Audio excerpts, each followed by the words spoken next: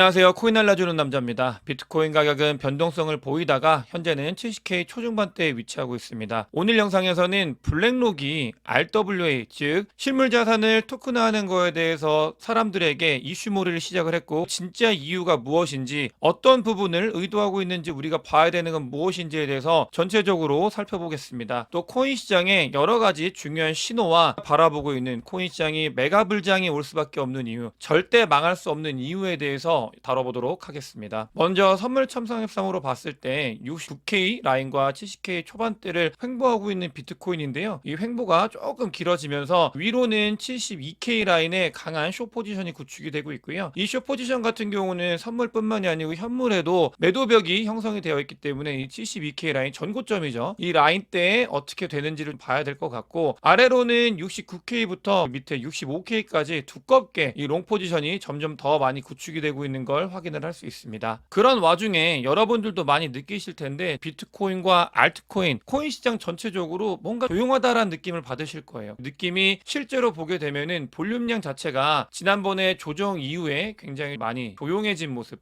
볼륨량도 줄어든 모습을 보이고 있다. 그만큼 사람들이, 시장 참여자들이 앞으로 코인 시장의 방향이 어떻게 될지 관망을 하고 있는 상황이다. 물론 이거는 피크 대비 줄어든 거기 때문에 이 피크 대비 볼륨량이 줄어든 거라고 말씀을 드리는 거지, 전체적인 볼륨량을 봤을 때는 아직도 활활 타오르고 있는 건 맞습니다. 하지만 우리는 전에 정말 올타임 하이를 찍었을 때 뜨거웠던 느낌을 알기 때문에 얌전해진 모습이다 라고 보시면 되겠습니다. 비트코인 현물 ETF를 봤을 때 GBTC는 여전히 유출이 되고 있습니다.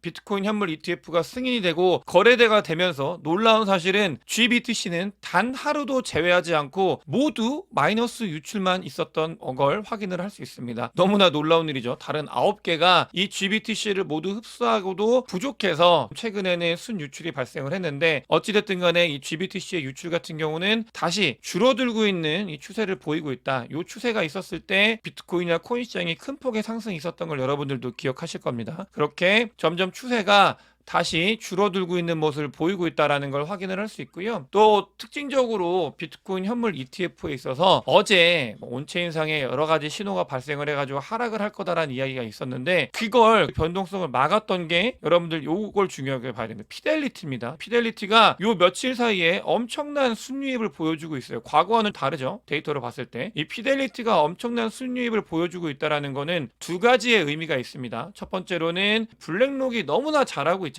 경쟁 체제로서 피델리티도 좋은 모습을 보여야 된다라는 경각심, 그리고 열심히 하는 게 첫 번째가 있고요. 두 번째, 아주 중요한 부분입니다. 피델리티가 갑자기 유입량이 늘어난 거는 자연적으로 자연 발생한 게 아니라는 걸 여러분들도 아셔야 돼요. 뭐냐? 영업을 시작을 했다. 굉장히 광범위한 거의 기업 영업이겠죠. 그런 식의 영업이 진행이 됐고, 피델리티의 이런 순유입이 그런 부분들이 만들어냈다라는 걸 인지를 해야 되고, 물론 이게 지속되지 않을 수 있지만 피델리티는 본인들만의 노력을 정말 열심히 하고 있다. 그냥 들어와라가 아니라 들어오게끔 만들어내고 있다. 시장을 창출하고 있다라는 걸 여기서 데이터를 통해서 확인을 해야 되겠습니다. 비트코인 반감기에 대해서는 최근에 많이 말씀을 드렸기 때문에 숫자로 다시 한번 보도록 하겠습니다. 반감기 이후에 비트코인 전전 사이클 9000%, 전전 사이클이죠. 9000%, 전전 사이클 2800%, 전 사이클 728%. 사실 이거는 올타임 하이기 때문에 요거 기준으로 봐야 됩니다. 요거 기준으로도 728%가 올랐다, 이렇게 볼 수 있고요. 우리가 이 반감기, 앞으로 다가올 거의 한 달밖에 남지 않았는데, 이 반감기에 많은 기대를 걸고 뒤를 보고 있다라고 보시면 되겠습니다. 또 보시게 되면 이 반감기를 기다리는 건 제 영상을 보고 계시는 멤버십 분들과 구독자분들 뿐만이 아닙니다. 보시게 되면 고래들은 많은 준비를 하고 있어요. 이 반감기 때 보시게 되면은 아주 많은 비트코인을 모아가고 있다, 가져가고 있다라고 보시면 되겠고요. 이게 반감기가 다가올수록 올타임 하이에 가까워질수록 정말 압도적인 물량을 고래들이 가져가고 있는 걸 데이터를 통해서 확인을 할 수 있습니다. 블랙록에 대해서 제목에서 달았어요. 블랙록이 알게 되면은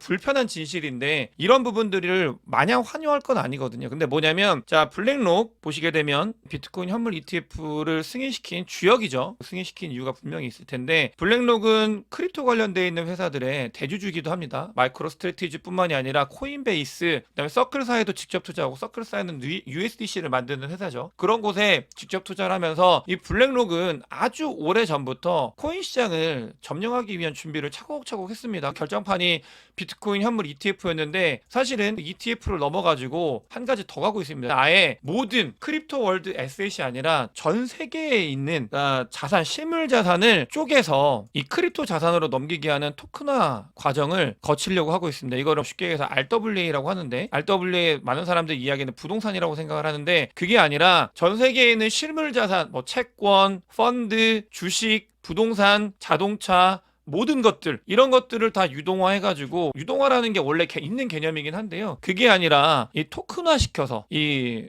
블록체인을 이용해가지고 안으로 가져오겠다라고 하는 원대한 계획을 발표를 했고 이야기를 하고 있습니다. 바람몰이를 하고 있는 거죠. 이 바람몰이를 할 때는 그러면서 RWA에 관련되어 있는 코인들이 굉장히 큰 폭의 상승을 하고 있는데, 금융자산의 토큰화다, 레리 핑크의 블랙록 CEO가 이야기를 하고 있습니다. 금융자산의 토큰화에 대해서 이야기를 하고 있고, 이는 모든 주식, 모든 채권을 의미한다, 이렇게 이야기를 하면서 뭘 이야기했냐면 코인베이스와 같이 협업하겠다, 이렇게 이야기를 하고 있습니다. 왜 코인베이스와 협업을 하냐면 코인베이스는 USDC를 쓰는 가장 큰 플랫폼이기 때문이에요. 여러분들 이게 코인베이스에 대해서 이렇게 이해를 하셔야 돼요. USDC를 쓰는 가장 큰 플랫폼이 코인베이스고, 코인베이스는 또 뭘 했죠? 보게 되면은 코인베이스는 베이스라는 코인은 없습니다. 자체 코인은 없는데 베이스라는 이더리움 위에 L2를 만들었어요. 근데 보시게 되면은 이 USDC를, 코인베이스에 있는 USDC를 베이스로 옮긴다, 베이스의 TVL을 끌어올리기 위한 노력을 한다라고 이야기를 하고 있습니다. 거기에 한 가지 더해가지고 보시게 되면은 이런 토큰화 과정에서, 자, 1년의 과정들을 설명을 드렸죠. 서클 USDC를 만드는 회사고, 거기에 투자한 게 블랙록이고, USDC는 코인베이스에서 많이 사용이 되고 있고, 코인베이스 또한 블랙록이 뒤에서 대주주입니다. 그러면서 토큰화된 세상, 베이스라는 이더리움 L2 위에 이 USDC를 많이 쓰이게 한다. 그러니까 RWA도 마찬가지고,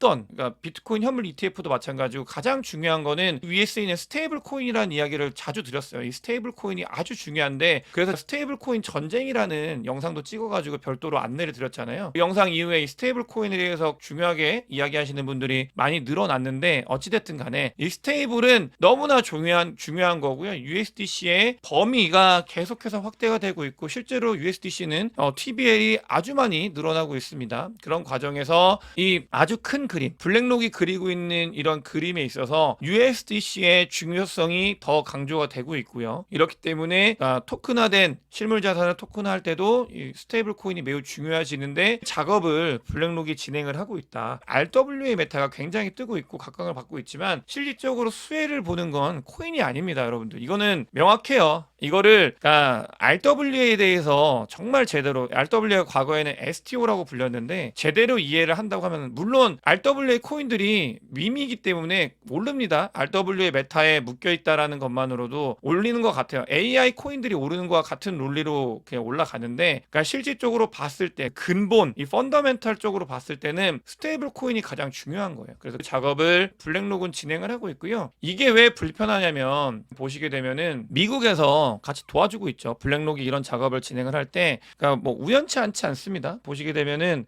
CFTC가 쿠코인을 고소를 했습니다. 기소를 했어요. 근데 기소를 한 이유가 은행법 위반 뭐 이런 것들이 있는데, 이런 일련의 과정들이 동시에 진행을 하고 있죠. 예전에 비트코인 현물 ETF가 신청이 되려고 하면은 바이낸스를 날려야 된다라고 말씀을 드렸고, 실제로 바이낸스의 좌우장펑이 엄청난 벌금을 물면서 날아갔죠. 중국계입니다. 근데 쿠코인도 마찬가지로 중국계예요. 이런 과정들이 진행이 되고 있고 쿠코인이 기소가 됐다. 그러면서 보게 되면 한 가지 또 거기서 그나마 긍정적인 건, CFTC 같은 경우는 크립토에 조금은 우호적입니다. 근데 그런 상황에서 기소를 할 때 보면 비트코인과 이더리움, 라이트코인과 아주 중요한 거예요. 여기서 이 세 개가 중요한 게 아니에요. 이더리움은 우리한테 중요한 부분인데 이게 상품이냐 아니냐가 중요한 부분인데, 오늘 말씀드리고 핵심은 그게 아니라 이 스테이블 코인입니다. USDC와 USDT는 커머디티라고 이 CFTC가 기소를 할 때 그냥 못을 박아버렸어요. 이 문서에. 그렇게 미국에서는 스테이블 코인 보셔야 됩니다. 이거 말씀드리려고 가지고 온 거예요. 아주 중요하게 보고 있고, 이 스테이블 코인발 미국에서의 이 패권 전쟁이 또 한 번 발생할 가능성이 있다. 블랙록이 이 크립토 관련되어 있는 모든 것들, 비트코인 관련돼서 비트코인 현물 ETF로 비트코인을 가져가고 있죠. 근데 비트코인을 말고 실물 자산을 하는데도 블록체인 기술을 이용하면 굉장히 편리해집니다. 아주 너무나 많이 편리해지는데 그런 것들을 가져가기 위해서 일련의 작업들을 진행을 하고 있고 거기에 키포인트로 스테이블 코인을 노리고 있다라고 보셔야 되겠고요. 이런 과정이 진행이 되고 있는데 아주 우연치 않게 또 미국에 있는 재무부에서 이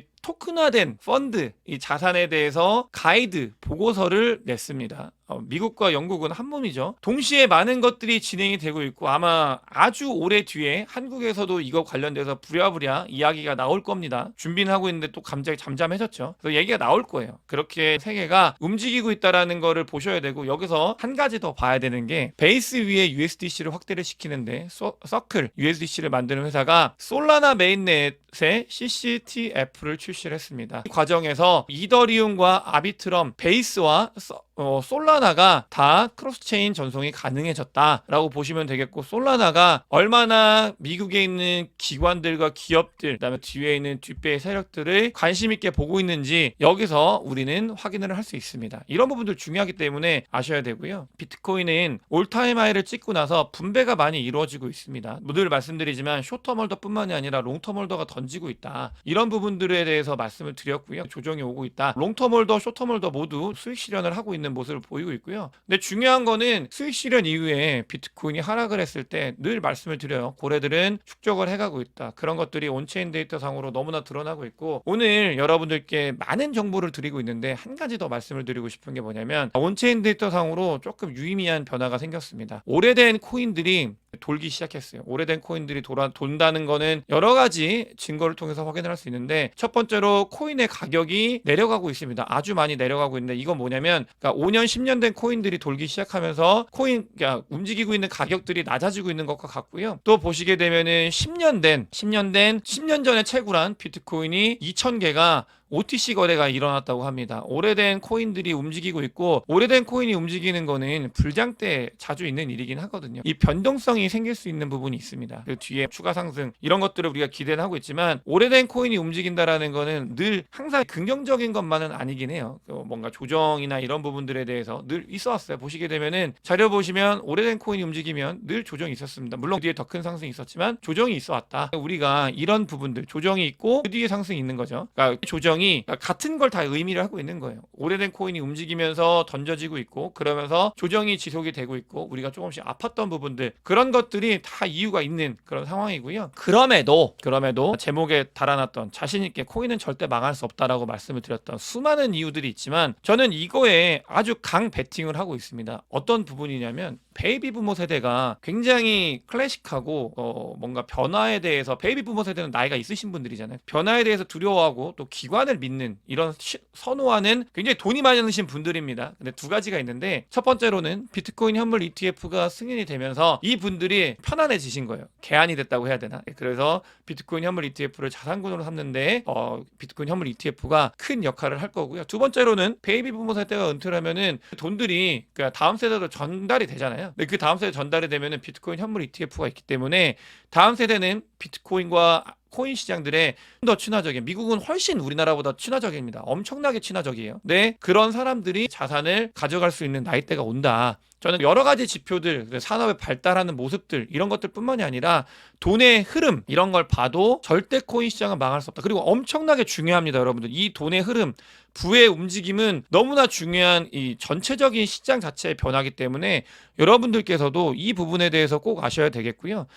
홍콩에서 비트코인 현물 ETF 승인될 것 같은 게 2분기에 나온다라고 하는데 임팩트가 굉장히 클 것 같다는 생각이 들어요. 왜 그러냐면 비트코인 현물 ETF가 미국 같은 경우는 무조건 현금 청산을 해야 됩니다. 근데 홍콩에서는 현금 청산뿐만이 아니라 현물 청산도 가능하게끔 만들려고 하고 있다고 합니다. 임팩트가 코인 시장이 가지고 있는 임팩트보다 더 큰 파도가 올 가능성이 있다.